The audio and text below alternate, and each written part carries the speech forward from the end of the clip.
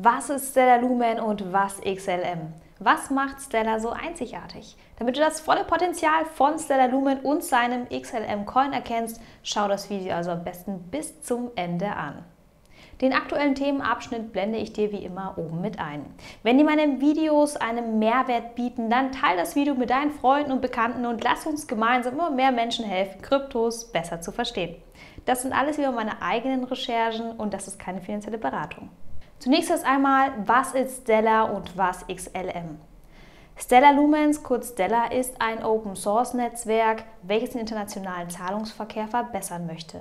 Ziel des Netzwerkes ist es, den Austausch zwischen jeglichen digitalen Vermögenswerten sowie dem herkömmlichen und dem dezentralen Finanzsystem herzustellen. Das Stellar-Netzwerk entstand 2014 ursprünglich mit einem neuen verteilten Hauptbuch als eine modifizierte Fork, also eine Abspaltung aus der Node-Software von Ripple.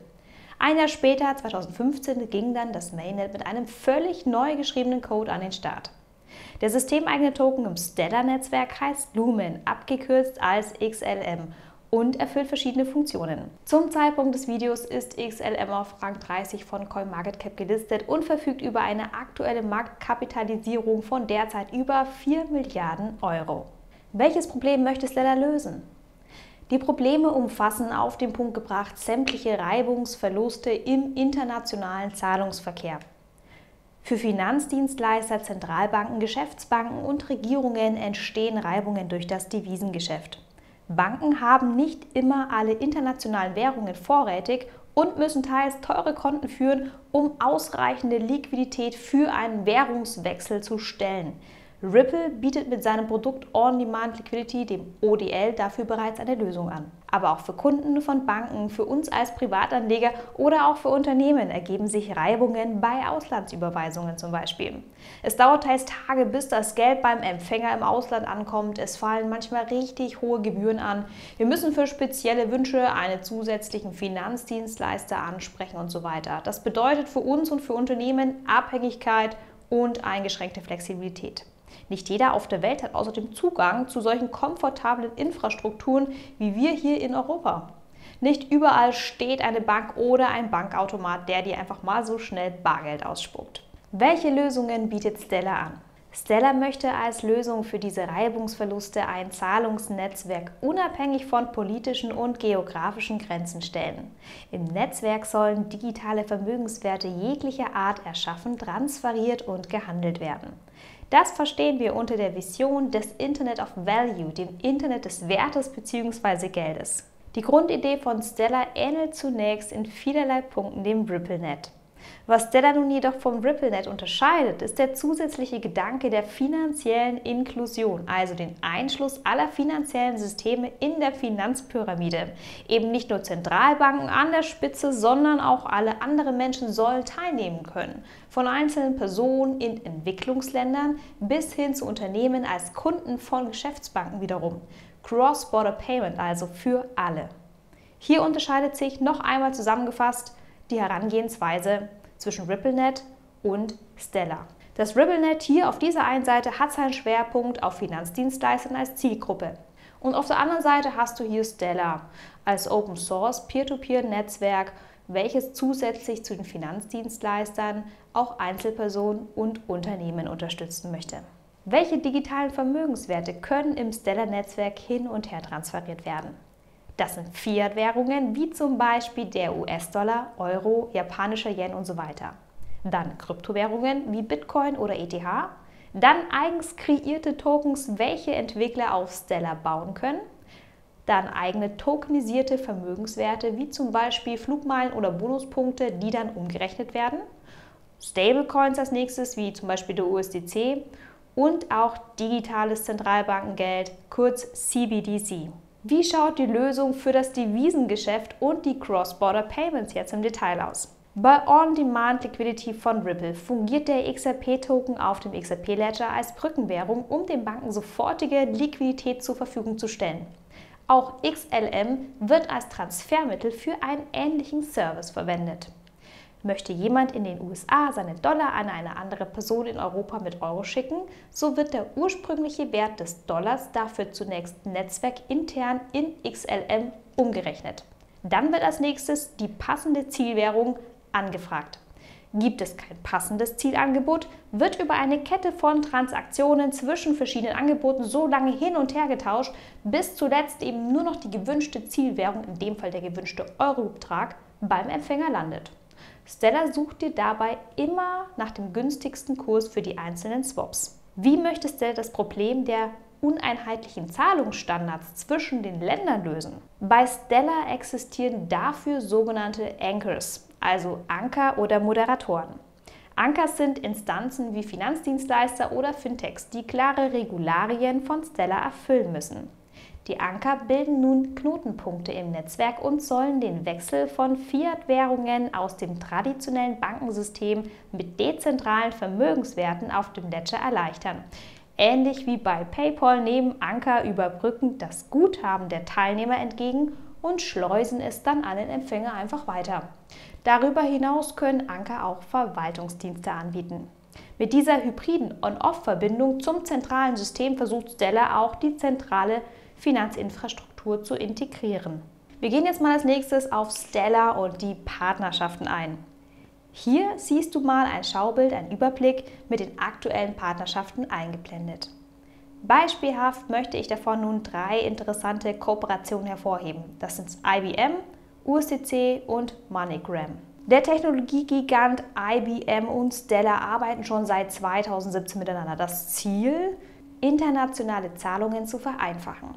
IBM startete dafür mit Stellar das damalige Pilotprojekt WorldWire, was damals verschiedene Möglichkeiten für Geldtransfers austesten sollte. Mit IBM WorldWire startete ein Echtzeitzahlungsnetzwerk, in welchem Finanzinstitute sämtliche Transaktionen über Stellar verschicken und mit Stablecoins hantieren können. IBM unterstützt darüber hinaus weiterhin den Wachstum des Open-Source-Netzwerkes. Anfang Februar 2021 ging ein weiterer bekannter Stablecoin auf dem Stellar-Netzwerk live. Der US-Dollar-Stablecoin USDC. USDC ist derzeit schon der zweitgrößte Stablecoin, gerechnet am Marktvolumen. Und auch Visa hat den Coin offiziell integriert und akzeptiert direkte Zahlungen per USDC. Die Nutzung von USDC über Stellar soll die Abhängigkeit zum Ethereum-Netzwerk mit seinen höheren Transaktionsgebühren und längeren Transaktionszeiten reduzieren. Und ein letzter interessanter Partner: Seit Herbst 2021 zählt der börsennotierte Peer-to-Peer-Überweisungsanbieter MoneyGram dazu. MoneyGram ist einer der führenden Anbieter von Auslandsüberweisungen weltweit und ermöglicht Transaktionen in über 200 Ländern. Der Gigant arbeitete seit 2019 mit Ripple zusammen. Durch das aktuell noch laufende Gerichtsverfahren mit der SEC wurde die Partnerschaft mit Ripple beendet. Das Geniale an der Zusammenarbeit von Stellar mit MoneyGram ist nun, dass der USDC als überbrückendes Stablecoin für die Transaktion in Fiat-Währungen und umgekehrt genutzt werden soll. Beispiel: Kunden können sich an MoneyGram-Standorten Bargeld in USDC unabhängig von einem Bankkonto ein- und auszahlen lassen. Die United Texas Bank soll dafür zunächst zwischen Circle, dem Herausgeber von USDC, und MoneyGram vermitteln. Nach einer Pilotphase sollte das Projekt planungsgemäß schon in Q4 2021 gestartet haben. Das genaue Datum ist mir bisher nicht bekannt. Vielleicht hast du schon mehr herausfinden können? Schreib mir gerne einen Kommentar. Vielleicht hilfst du uns damit auf jeden Fall weiter. Kommen wir jetzt zu den Tokenomics. Vor 2015 hieß der systemeigene Token im Stellar-Netzwerk selbst auch Stellar. Nachdem das neue Protokoll Stellar Core neu geschrieben wurde, veränderte sich im Zuge dessen auch der Name von Stellar zu Lumens mit dem Kürzel XLM. Welche Funktion erfüllt XLM? Zum einen dient der Token als netzwerkinternes Zahlungs- und Tauschmittel für den grenzüberschreitenden Wertetransfer. Für jeglichen Transfer im Netzwerk musst du mit XLM bezahlen. Diese Verwendung des Tokens bezweckt damit, das Netzwerk abzusichern und zu stabilisieren.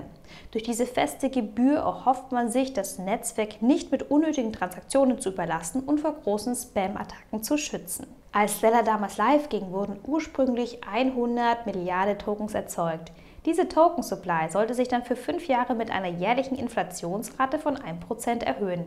Dieser Inflationsmechanismus wurde jedoch im Oktober 2019 durch ein Community Voting beendet. Die Stellar Foundation vernichtete daraufhin etwa die Hälfte der XLM-Tokens. Insgesamt stehen jetzt also nun maximal 50 Milliarden XLM-Tokens zur Verfügung. Die Tokens sind pre-mined. Anders als bei Bitcoin können also keine neuen Tokens mehr erzeugt werden. Von diesen 50 Milliarden XLM befinden sich derzeit etwas mehr als 20 Milliarden im Umlauf. Die restlichen 30 Milliarden werden von der Foundation zur Entwicklung und Förderung des Netzwerkes gehalten. Diese Tokens sollen dann über die nächsten Jahre etappenweise in den öffentlichen Markt mit einfließen. Wir gehen jetzt nun über zum möglichen Preispotenzial für XLM. Unter mittelfristigen Kursen betrachte ich aktuell Quellenangaben bis 2024. Zum Stand des Videos Anfang 2022 beträgt XLM rund 0,19 US-Dollar. Sein Allzeithoch erreichte XLM damals im Januar 2018 mit satten 0,93 US-Dollar. Einen vorsichtigen Wert nennt jetzt Price Prediction mit im Schnitt 0,60 US-Dollar für 2024. Das wäre aktuell einmal 3. Einen durchschnittlichen Preis anhand des Kursverlaufes nennt CoinGears mit 1 US-Dollar für 2024. Ein optimistischer Preis wird laut Blockchain-Welt von Wallet Investor mit 1,88 US-Dollar bis 2025 angegeben, mal nur am Marktvolumen gemessen. Was würde mit dem Preis passieren, wenn XLM das Marktvolumen von XRP erreicht? Ich vergleiche es ja ständig damit.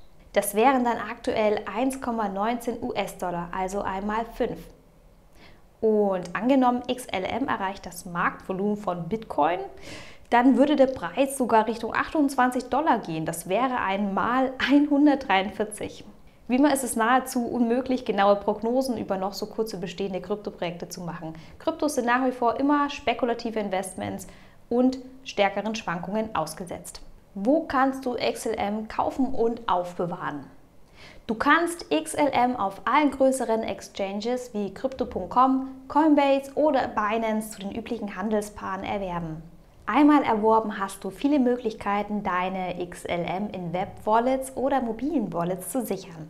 Möchtest du mit XLM zusätzlich auf der dezentralen Exchange im Stellar-Netzwerk traden, gibt es auch mit Stellar Term oder Stellar UX 2 Soft-Wallets mit Stellar DEX Support.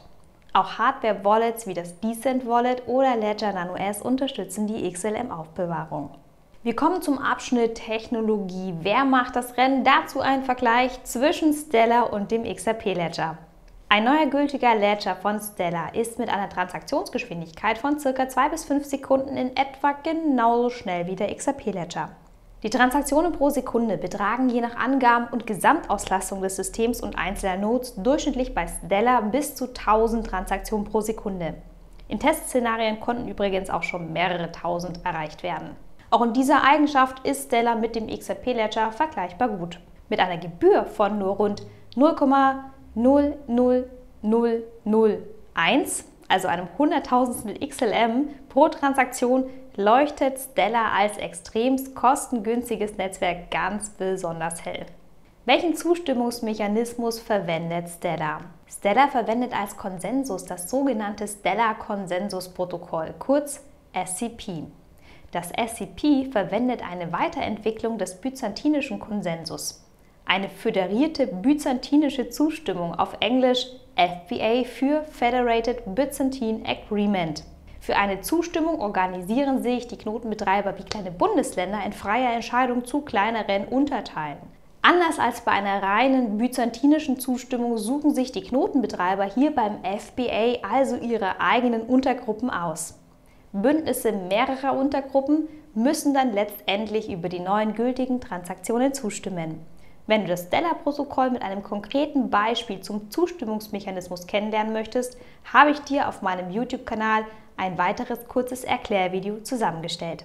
Kommen wir als nächstes zu den Gründern und zum Team hinter Stellar. Das Stellar-Netzwerk ging 2014 ursprünglich aus einer Fork vom XRP Ledger hervor. Einer der Hauptentwickler vom XRP Ledger war auch Chad McCaleb, der aufgrund verschiedener Meinungsverschiedenheiten ein Jahr zuvor Ripple verließ und daraufhin Stellar mit der Anwältin Joyce Kim gründete. McCaleb, derzeit nun Stellars Chefarchitekt, hatte zuvor schon ein anderes Unternehmen, eDonkey, aus dem Boden gestampft. eDonkey war eine ehemalige Plattform für File-Sharing, mit dem große Daten effektiver über das Internet verbreitet werden konnten. Darüber hinaus war McCaleb zuvor im Besitz von Mt. Gox, eine der damals größten Börsen für Bitcoins.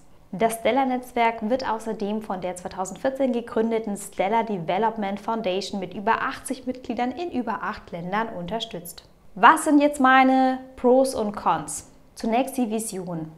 Stellar verfolgt einen strahlenden Gedanken. Menschen weltweit sollen ein stabiles Zahlungsnetzwerk erhalten, um jegliche Vermögenswerte länderübergreifend und bedingungslos zu verschicken. Und mit jedermann meint Stellar auch wirklich jeden, ob Banken, Unternehmen, Organisationen oder Einzelpersonen. Dann als nächstes der Markt. Gerade für den sogenannten Remissenmarkt hat sich Stellar einen kleinen Schwerpunkt gesetzt. Unter dem Remissenmarkt wird die Rücküberweisung in die Herkunftsländer von Migranten zum Beispiel in ihre Familien verstanden. Gerade in vielen Entwicklungsländern übersteigen diese Auslandsüberweisungen vom Volumen her zum Teil internationale Auslandsinvestitionen oder Hilfezahlungen anderer Länder. Millionen von Menschen haben keinen Zugang zum Finanzsystem. Im Grunde wartet ein Milliardenmarkt nur darauf. Dann die strategischen Partner für diesen Markt. Mit großen Zahlungsdienstleistern als Partner wie MoneyGram, Satoshi Pay oder Saldo baut Stellar gerade diesen Zugang zum Finanzmarkt weiter aus. All diese Menschen können über Stellar nun ihr Geld zum Beispiel schneller und kostengünstiger über den Währungswechsel der Stellar DEX verschicken. Hier also nochmal der Pluspunkt, für mich definitiv die Stellar Exchange und auch die Architektur über die Anker und Moderatoren. Denn XLM wird im Rahmen der Stellar Exchange über eine Kette von Transaktionen stark in das Ökosystem integriert. Spätestens dann, wenn innerhalb der nächsten Jahre sich der Großteil der Tokens im Umlauf befindet, bestimmen immer mehr Angebot und Nachfrage den XLM-Preis. Bei einer Maximal-Supply könnte die steigende Nachfrage dem Token zu einem Aufwärtstrend verhelfen. Mit jeder Transaktion muss außerdem per XLM bezahlt werden. Bei einem Hunderttausendstel XLM pro Transaktion ist jedoch dieser XLM-Bedarf weniger ausschlaggebend für einen zwischenzeitlichen schnellen Preisanstieg. Zuletzt noch ein Plus meinerseits für die Technologie. Die Stellar Blockchain im Vergleich zu vielen anderen Netzwerken ist überdurchschnittlich kostengünstig und durchschnittlich schnell. Der eigene Konsensusmechanismus SCP kombiniert die byzantinische Zustimmung mit der Absicht für Validatoren, mehr Flexibilität bei größtmöglicher Sicherheit zu gewährleisten. Mögliche Kontrapunkte? Stellar ist kein Projekt, welches größere Marketing- und PR-Kampagnen bisher betrieben hat. Da kann auf jeden Fall noch ein bisschen mehr gehen, denn Aufmerksamkeit in den Medien erzeugt über lange Sicht Aufmerksamkeit, neue Partnerschaften, erhöht die Akzeptanz und auch grundsätzlich die Netzwerknutzung. XLM wird aufgrund der Entstehungsgeschichte und der Lösung eines internationalen Zahlungsnetzwerkes immer wieder mit XRP assoziiert und entsprechend der Entwicklungen bewertet. Auch wenn es viele Unterschiede hinsichtlich der Strategie und den jeweiligen Protokollen gibt, wird IBM WorldWire mit dem RippleNet immer wieder verglichen werden. Kommen wir zum abschließenden Rating Score. Aufgrund all der genannten Punkte, in diesem Video zumindest, erhält Stellar Lumen und XLM von mir 8 von 10 bis Kryptocoins. Stellar der neue Stern? Das neue Internet des Geldes? Wir wissen es nicht. Sternenklar ist jedoch, dass Visionen solcher Kryptoprojekte mit Utility Coins echte Lösungen anbieten wollen. Und das hat mich bei Stellar ganz besonders inspiriert. So, und damit sind wir mal wieder am Ende angekommen. Falls du Fragen und Feedback hast, kommentiere einfach unter dem Video. Was hältst du von XLM? Ich hoffe, dir hat das Video gefallen. Wenn ja, ich würde mich wie immer mega über ein Like und einen Kommentar von dir freuen.